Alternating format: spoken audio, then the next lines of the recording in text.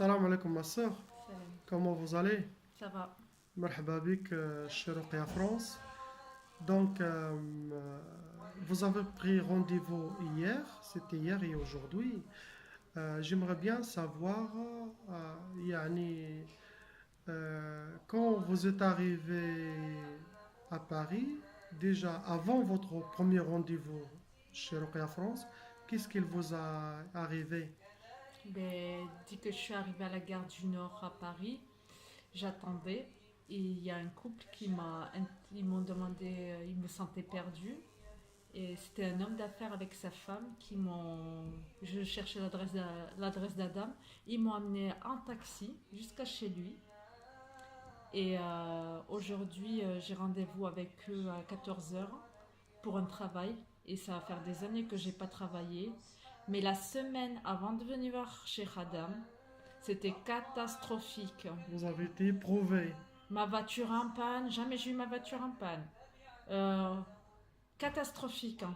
Et la veille de venir chez Cheikh Adam, j'ai fait un cauchemar. Un cauchemar. Et alhamdoulilah, aujourd'hui, je suis très bien. Alhamdoulilah. Sinon, L'espoir.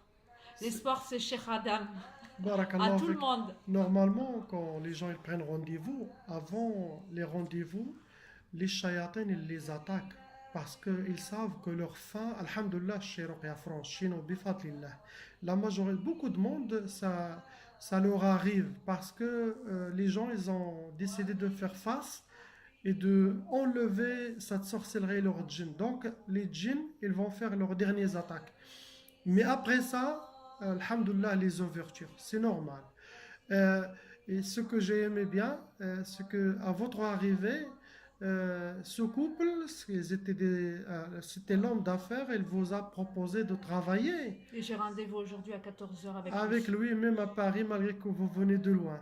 Et normalement, avant, vous posez des CV, Oui, oui, poser les CV, oui, il on y a cherche rien du qui travail. marche. Ils embauchaient la voisine et pas moi, quoi. Subhanallah. Et là, avant même votre premier rendez-vous chez Roquia France, déjà vous avez une Alhamdulillah. opportunité et ils vous ont amené au taxi jusqu'à chez moi. Alhamdulillah. Et là, Alhamdulillah. comment vous sentez après vos deux séances d'hier et aujourd'hui? Très légère, plus sûre de moi. Vous avez déjà bien dormi. Vous m'avez dit que Alhamdulillah. vous dormez beaucoup. Et Je là, dormais beaucoup. En fait, je dors beaucoup le matin. La nuit, je dors pas du tout. Et je dors beaucoup le matin. Alors, le matin, c'est de 6 heures à midi. hmm. Et la nuit, je reste éveillée toute la nuit. Et après vos ruqya hier, qu'est-ce qui vous est Ah, arrivé? j'ai dormi vers 22 heures. Je me suis levée à 7h20. Alhamdulillah. Déjà, ça commence bien Alhamdulillah. le déblocage. Alhamdulillah. Là, je suis très très content. Ça, c'est un très bon signe de votre guérison. Alhamdulillah. Quand je vois un patient qui vient chez moi et il y a des ouvertures, bien sûr, avant les blocages des shayatins, et ça, c'est un signe pour moi que c'est un cas qui va se libérer. Inch'Allah. Alhamdulillah, et j'aurai son témoignage.